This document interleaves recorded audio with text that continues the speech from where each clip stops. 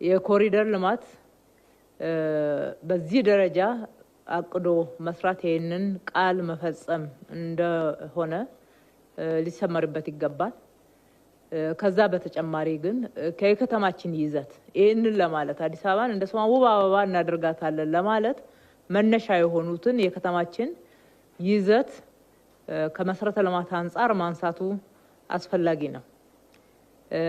ከከተማ ጽንሰ ሐሳብ ከከተሜነት ጽንሰ ሐሳብ መለኪያ አንፃር አንዲት ከተማ በትክክል የከተሜነትን መስፈርት አሟልታለች ተብላ እውቅና የሚሰጣት በአብዛኛው መሰረተ ልማትን መሰረት ያደረገ ነው።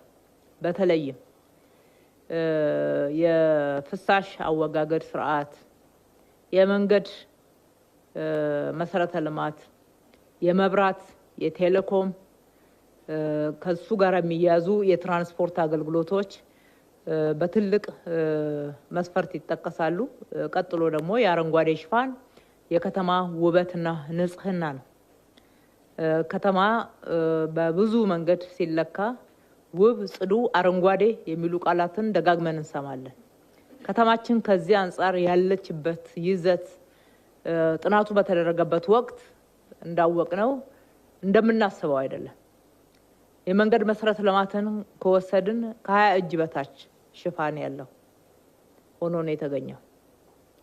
የአረንጓዴ መሰረተ ልማትን ካየን በከተማችን ላይ ያለው ሽፋን ከ2.8 የበለጠ አልነበረም።